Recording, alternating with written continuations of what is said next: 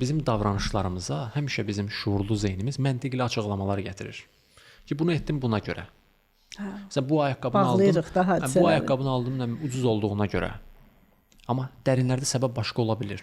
Məsəl üçün mən öz örnəyimi deyim sizə, öz başıma gələn bir şey. Mən illər əvvəl bir dəfə getmişəm ayaqqabı almağa. Ayaqqabıya müəyyən bir qiymət dedi. Mən də satış edirəm ki, yox bu bahadır, bunu istəmirəm mən. Bu şəkildə şuurlu şəkildə açıqlama gətirirəm. Dedi gözlə bir dənə də ayaqqabı var, onu da gətirim. Gətirdi, bu ayaqqabını bəyəndim və bu ayaqqabını aldım. İndi yolda gələ-gələ soruşuram özümə, deyirəm ki, əgər məsələ qiyməti idisə, eyni qiymətdir axı. Sən bu ayaqqabını niyə almısan? Onun görünüşünə görə. Çünki onun ilk gətirdiyi ayaqqabının görünüşü mənim xoşuma gəlmədi. Adətən ağsaqqal kişilərin geydiyi ayaqqabılara oxşuyurdu. Və onu aldım. Görürsünüz, həqiqətdə səbəb başqa idi. Ona görə həqiqətdə səbəb həmişə şuur altında olur. İnanc.